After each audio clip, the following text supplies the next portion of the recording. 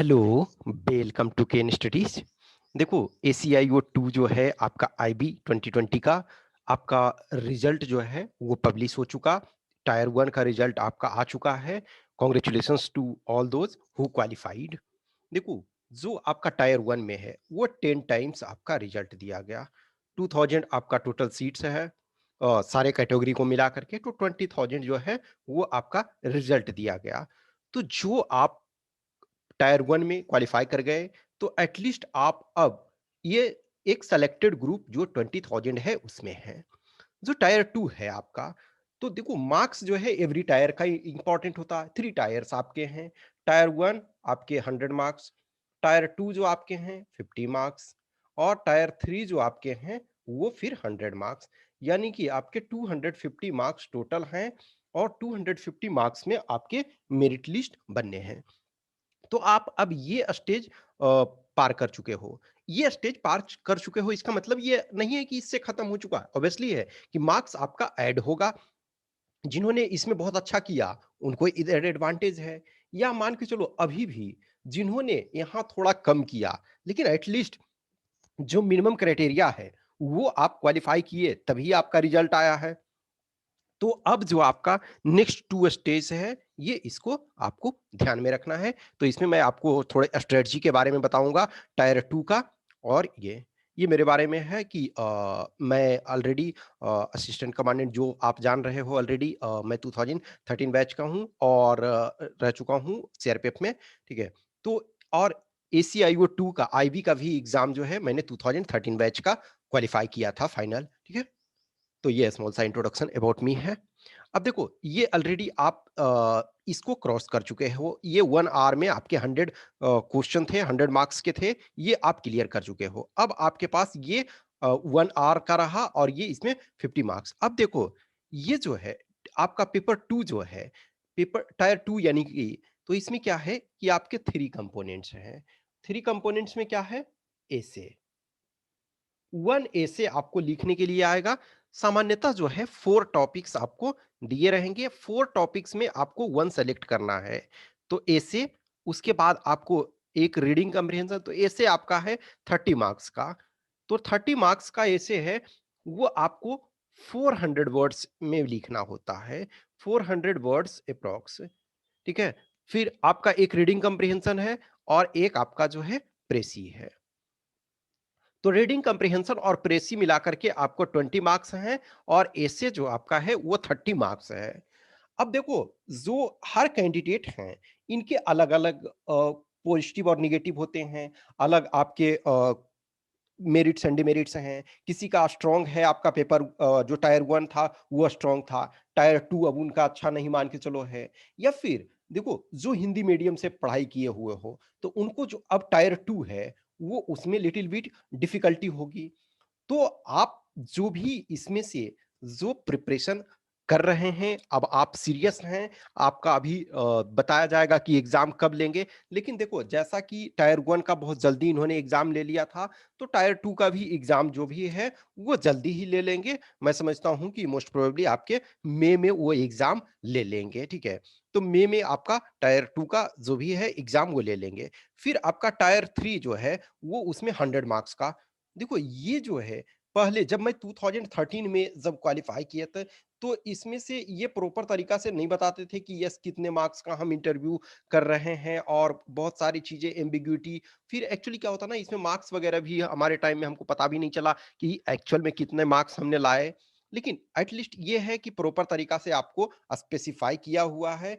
अब देखो, जो हम जिस समय दिए थे, हमने जब क्वालिफाई किया था, तो ये कंपोनेंट में ये 5 के जगह 4 पार्ट्स थे, और इसमें जो है ये सिर्फ़ और सिर्फ़ ऐसे लिखना था, ठीक है? तो सिर्फ़ ऐसे इसमें लिखना था। लेकिन जो लास्ट टाइम से यानी 2017 वाला जो था, तो उसमें आपको ऐड किया हुआ है कि इसमें आपके reading comprehension as well as precis writing ये लिखना है। इंटरव्यू में क्या है, जब मैं गया था इंटरव्यू देने के लिए, तो उसमें क्या किया था उन्होंने कि जो एसे यानी कि difference between India and Bharat जो था, हमने लिखा था। तो उसमें से क्या किया कि उन्होंने फिर से उस एसे को बोला, जो एसे आपने लिखा है उसको फिर से लिखें। तो ये आपका है कि candidates appearing in interview may be subject to psychometric और aptitude test which will be a part of interview. यानी कि जो भी है, जैसे मान के चलो हमारे टाइम में सपोज एसे दे दिया कि जो एसे आपने लिखा था उस एसे को फिर से लिखे। कुछ कैंडिडेट थे कि उन्होंने उस लेवल में नहीं लिखा, फिर बोला कि फिर से लिखो, आपने जो लिखा है एसे वो मैच नहीं कर रहा है। तो अब मैच का मतलब ये नहीं है कि वर्ड टू वर्ड आपको लिखना है, लेकिन एक पर्सन जो होता है वो उसका उस अनुसार लिखने का जो हैबिट होता है, तो ये आपका कि यस जो आपने लिखा था क्या वो ध्यान है या नहीं, तो ये सब आपको देखना है, ठीक है। तो आपके पास तीन कंपोनेंट हैं, वो तीन कंपोनेंट में क्या क्या है आपके एसे, ठीक है। एसे, रिपोर्ट राइटिंग और आप ये एसे, रीडिंग कम्प्रिहेंशन और आपके प्रेसी। देखो तीनों के ऊपर मैं असिस्टेंट कमांडेंट के लिए करवा रहा हूँ, प्रिपरेशन करवाता हूँ मेनली। तो असिस्टेंट कमांडेंट में दो हमारे केन स्टडीज में है, तो आप केन स्टडीज में जा करके प्ले लिस्ट में देखोगे तो ऐसे पे हमने बहुत सारे टॉपिक्स आपको कवर किए हुए हैं। ऐसे आपको राइटअप के फॉर्म में बहुत सारे हमने दिए हुए हैं। देखो जो असिस्टेंट कमांडेंट का हम अभी प्रिपरेशन करवाते हैं तो उसमें 300 वर्ड्स का ऐसे अभी आता है। उसमें भी मैं पहले जब दोनों देखते थे तो उसमें 800 वर्ड्स में आता था, लेकिन आज के डेट में उसमें 300 वर्ड्स, आपके इसमें 400 वर्ड्स में आते हैं। फिर आपके रीडिंग कम्प्रिहेंशन और प्रेसी राइटिंग सारे पे आपको वीडियोस जो भी हैं वो मिल जाएंगे। अब देखो कुछ जिनको भी और है कि हमें कुछ और डिटेल्स में चाहिए, उन चीजों के बारे में डिटेल्स में चाहिए, तो वो आप हमसे संपर्क कर सकते हो, कुछ पे करके आप उस चीज को उसको और भी वीडियोस देख सकते हो, ठीक है। तो वो एक्चुअल में मैं प्रिपरेशन जो है वो आपको असिस्टेंट कमांडेंट के पॉइंट ऑफ व्यू से करवा रहा हूं, लेकिन वो आपको भी काम आएगा, ठीक है। फिर उसके बाद इसमें अब क्या करना है ऐसे में, देखो ऐसे में सबसे इंपॉर्टेंट है कि जो आप पहले बेसिक्स बहुत सारे जो है ऐसे के हमने बहुत सारे वीडियोज बनाए हुए हैं, आप उनको देखोगे। देखो ऐसे में आपकी क्या है कि 3 कंपोनेंट होते हैं। एक तो आपको पहले है सबसे पहले टॉपिक आपको, तो टॉपिक को चुन लेना है। आप जो भी टॉपिक 4 टॉपिक्स आपको दिए हुए हैं, उस 4 टॉपिक में जिसमें आप कंफर्टेबल फ़ील करो। ये नहीं है कि कौन-सा टॉपिक आसान है, टफ है, ये इम्पोर्टेंट नहीं होता। आप किसमें कंफर्टेबल फ़ील कर रहे हो, ये इम्पोर्टेंट होता है कि यदि आपके पास कि यस हम इस टॉपिक में कंफर्ट फ़ील कर रहे हैं। जब एक बार आपने सेलेक्ट कर लिया टॉपिक को, तो उसको रफ में आप ये करो कि हमें उसमें कौन-कौन सा कंपोनेंट, फॉर एग्जांपल सबसे बेस्ट एग्जांपल होता है जो पेस्टल एनालिसिस, मान के चलो पेस्टल एनालिसिस। तो पॉलिटिकल पॉइंट ऑफ व्यू से, इकोनॉमिकल पॉइंट ऑफ व्यू से, इकोनॉमी तो पॉलिटी पॉइंट ऑफ व्यू से, इकोनॉमी और एनवायरनमेंट पॉइंट ऑफ व्यू से, साइंस पॉइंट ऑफ व्यू से, टेक्नोलॉजी पॉइंट ऑफ व्यू से, लीगल पॉइंट ऑफ व्यू से। ये पॉइंट ऑफ व्यू से हमको देखना है कि सारे में सारे कंस्टिट्यूएंट्स नहीं आएंगे, लेकिन उस पॉइंट ऑफ व्यू से आपको देखना है, ठीक है। फिर आपका जो क्या है कि अब एक बार जो आपने कर लिया कि ऐसे एक टॉपिक को सेलेक्ट कर लिया, उसको इस आधार पे कि कौन सा पॉलिटिकल सपोज उसमें आ रहा है, सोशल आ रहा है, मान के चलो विमेन रिजर्वेशन आ रहा है इशू, तो विमेन रिजर्वेशन यदि है तो विमेन रिजर्वेशन में क्या है, सॉरी ये साइंटिफिक ये सोशल यहाँ ठीक है ना, सोशल इशू। तो विमेन रिजर्वेशन में क्या है, तो आप देखोगे कि जो लीगल भी है, इसमें आपका पॉलिटी भी शामिल है कि पॉलिटिकल यदि विमेन रिजर्वेशन देखोगे पार्लियामेंट में ये नहीं कर रहे हैं, लेकिन ग्राम पंचायतों में, पंचायत राज इंस्टीट्यूशन और लोकल सेल्फ गवर्नमेंट में इन्होंने कर दिया, लेकिन पार्लियामेंट में नहीं किया। फिर सोशल उसका क्या इम्पैक्ट पड़ता है, समाज में हमारा क्या इम्पैक्ट पड़ता है, यदि विमेन इंपावरमेंट होती है, विमेन को यदि अधिक आप रिजर्वेशन देते हैं बहुत सारी चीजों में, तो उनका इंपावरमेंट होता है। और कहते हैं कि एक बार विमेन को इंपावरमेंट करते हो तो सिर्फ और सिर्फ वो जनरेशन नहीं, उसमें कई पीढ़ियां जो होती है प्रभावित होती है। तो पहले आपको इस आधार पे देख लोगे कि किसमें सूट कर रहा है। तो उसके बाद जो आपका होता है वो इंट्रोडक्शन मायने रखता है। इंट्रोडक्शन कोई भी चीज का इंट्रोडक्शन यदि है तो इंट्रोडक्शन आप क्या है एक स्टोरी के फॉर्म में लिख सकते हो, न्यूज़पेपर की कोई कटिंग ले सकते हो, या फिर किसी फेमस पर्सन का कोट ले सकते हो, या किसी फेमस पर्सन का लाइफ को ले सकते हो, उससे के थ्रू इंट्रोड्यूस आपने कर दिया। फिर मेन बॉडी में आपको आइडिया जनरेट करना है, आपको डेटा प्रेजेंट करना है, आपको सारी चीजों को, उसके बाद आपको उसको कंक्लूड करना है। तो 3 पार्ट में आपको वो ऐसे को करना है। अब देखो रीडिंग कम्प्रीहेंशन में क्या है, यह रीडिंग ही है। रीडिंग कम्प्रीहेंशन का मतलब आपको पढ़ना है और उसको समझना है आपको, और उसके बाद आपको आंसर उसको लिखना है। प्रेसी राइटिंग, प्रेसी राइटिंग में क्या होता है, 1/3 में आपको लिखना होता है। 1/3 में आपको प्रेसी को लिखना है। प्रेसी क्या है कि सेम सिचुएशन है, कि सेम टॉपिक दिया हुआ है, उस टॉपिक को वो बड़ा टॉपिक दिया हुआ है, उसको हमको 1/3 में, तो 1/3 में जब लिखना है, तो हमें क्या करना है? हमें सबसे ज़रूरी होता है कि 1/3 में लिखने के लिए ये उसके कोर आइडिया को समझना होता है। कोर आइडिया कि जो भी है, मान के चलो कि वो सपोज़ 2 पैराग्राफ दिया हुआ है, या 2 पैराग्राफ दिया हुआ है, या 3 पैराग्राफ दिया हुआ है। तो या तो 2 पैराग्राफ होगा, 3 पैराग्राफ, सम टाइम 1 ही पैराग्राफ का आपका रहा। तो उसमें एक 1, 2, 3 डिपेंडिंग ऑन कोर आइडिया होंगे। वो कोर आइडिया को आपको इंक्लूड करना है और उसको अपने लैंग्वेज में लिखना है, ठीक है? उसको योर ओन लैंग्वेज। अब देखो, एक जो है आपका कि लैंग्वेज, तो देखो लैंग्वेज जो आपका है ये इंग्लिश में करना है। ये इंग्लिश में आपको ये करना है, ठीक है ना? तो आप इंग्लिश लैंग्वेज में सारे चीज़ को करना है। तो ये एक हिंदी माध्यम वालों के लिए सबसे प्रॉब्लम ये होती है कि लैंग्वेज आपका, ठीक है? तो हिंदी माध्यम से यदि आप हो, तो लैंग्वेज आपके लिए बहुत मायने रखता है, ठीक है? तो आप अभी से प्रैक्टिस करो। अब चूँकि टायर 1 का क्वालीफाई कर चुके हो, तो देखना हमने बहुत सारे एसेस वगैरह को जो प्लेलिस्ट में जाओगे, तो उसमें केन स्टडीज़ में, तो उसमें देखना बहुत सारे एसे को हमने एक सैंपल के तौर पे लिख करके दिखाया हुआ है। और बहुत सारे स्टूडेंट्स के भी, जो असिस्टेंट कमांडेंट वगैरह के जो सेलेक्टेड स्टूडेंट हैं, देखो जो एसे है आपका, इनफैक्ट ये यूपीएससी चेक करती है, तो यूपीएससी थोड़े अच्छे से चेक करती है। आपका जो आईबी वाला है, तो ये ऑर्गेनाइजेशन थोड़ा-सा कहीं न कहीं यूपीएससी का स्टैंडर्ड सबसे अच्छा माना जाता है। तो उसमें से देखोगे कुछ जो सेलेक्टेड कैंडिडेट हैं, उन लोगों ने ऐसे लिखा है। मैं ये बता रहा हूँ कि वो असिस्टेंट कमांडेंट के स्टूडेंट्स हैं, तो असिस्टेंट कमांडेंट का जॉब जो है ऑब्वियसली यूपीएससी के थ्रू है, तो वो उसमें 300 वर्ड्स के ऐसे आते हैं, लेकिन आपको इसमें 400 वर्ड्स लिखने हैं, ठीक है? तो वो आप करो, देखो, उसको समझो। और जो टेस्ट लिखना चाहते हो, जो भी टेस्ट लिखना चाहते हो, तो वो मोस्ट वेलकम हो।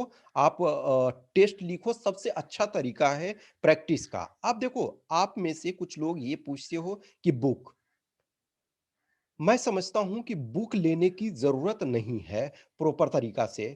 देखो, आप जीएस पढ़ रहे हो, न्यूज़पेपर वगैरह पढ़ते हो, न्यूज़पेपर को पढ़ो, ठीक है? कुछ दिन, जितने दिन आपका एग्ज़ाम में बचा हुआ है, न्यूज़पेपर का एडिटोरियल डेली पढ़ो। न्यूज़पेपर का एडिटोरियल डेली पढ़ो। और एक बुक यदि लेना है आपको, तो ये ले लो रे एंड मार्टिन की, रे एंड मार्टिन की English grammar and high school English grammar and composition, high school English grammar and composition, ठीक है ना? तो आपको ग्रामर वाला पार्ट करना नहीं है, उसमें सेकंड पार्ट ही, तो उसमें एक एसे का, एक अच्छा एसे में क्या होता है वो कंटेंट आपको प्रेसी राइटिंग है, रीडिंग कम्प्रिहेंशन है, तो वो आप उसको देख लो थोड़ा सा।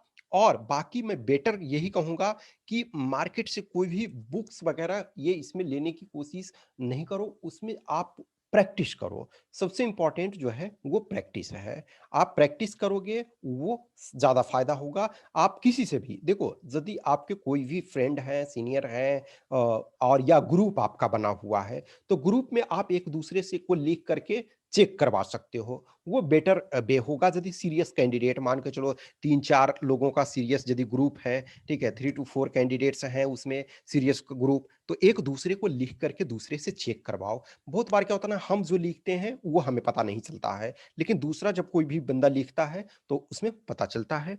जिन्हें भी देखो, एक और, हाँ, एक चीज़ और है कि रिज़ॉल्यूशन ऑफ टाई केसेस, मान के चलो कि मार्क्स बराबर आए फाइनली, देखो 250 मार्क्स का आपका जो है वो कैंडिडेट्स के जो हैं, ठीक है? वो 250 के आपके टोटल हैं, रिटेन मिला करके, इंटरव्यू मिला करके, और जो आपका ऑब्जेक्टिव हुआ, तो 100, 50 और 100, तो 200 मार्क्स। यदि टाई होता है, मान के चलो मार्क्स सपोज ये 150 आ गया, 150 कई कैंडिडेट का, तो वो टाई में क्या होगा, जिनका इंटरव्यू में ज्यादा मार्क्स है उसमें। अब इंटरव्यू में भी बराबर आया और इसमें भी बराबर आया, तो टायर 2 का मार्क्स देखा जाएगा। जो आपके टायर 2 में है, यानी कि जो अब आपका होने वाला है, जो रीडिंग कम्प्रिहेंशन, एसे और प्रेसी।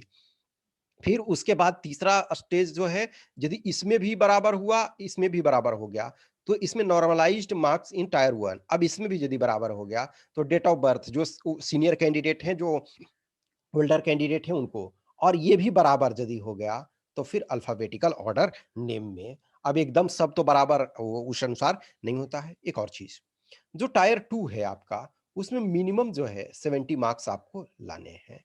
50 मार्क्स हैं, तो उसमें मिनिमम 70 मार्क्स लाने हैं। तो देखो, इसमें एसे आपके रीडिंग कम्प्रिहेंशन और प्रेसी, वो सारे के सारे वीडियोज़ जो हैं, वो मैंने केन स्टडीज़ पे डाले हुए हैं। आप प्लेलिस्ट में देखो, या प्लेलिस्ट में आपको नहीं मिलता है तो आप केन स्टडीज़ यूट्यूब में देखोगे केन स्टडीज़, और आप ऐसे केन स्टडीज़ प्रेसी राइटिंग, केन स्टडीज़ रीडिंग कम्प्रिहेंशन, ये सर्च करोगे सर्च बार में, तो आपको वो मिल जाएँगे। जिन्हें भी टेस्ट वगैरह देना है, और या जो कुछ क्लासेस वगैरह लेने हैं, देखो मैंने बताया, मैं इसके लिए डेडिकेटेड क्लास उस ढंग से नहीं, टेस्ट का मैं दे दूंगा आपको। टेस्ट यदि पे करने के लिए तैयार आप लोग जो भी हो, मैं उनका कॉपी चेक कर दूंगा, ठीक है। तो जिनको भी है मैसेज आप कर सकते हो 8527146498, ये व्हाट्सएप नंबर पे या इस टेलीग्राम नंबर पे, ठीक है। कॉल मत करना, सिर्फ मैसेज करना। और मैं समझता हूँ बुक्स लेने की ज़रूरत नहीं है।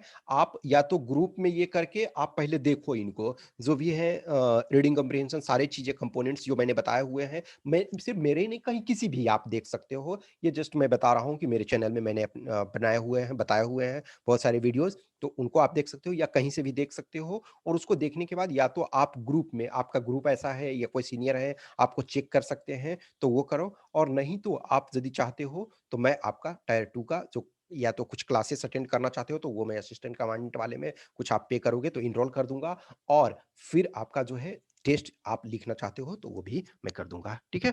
Okay, thank you.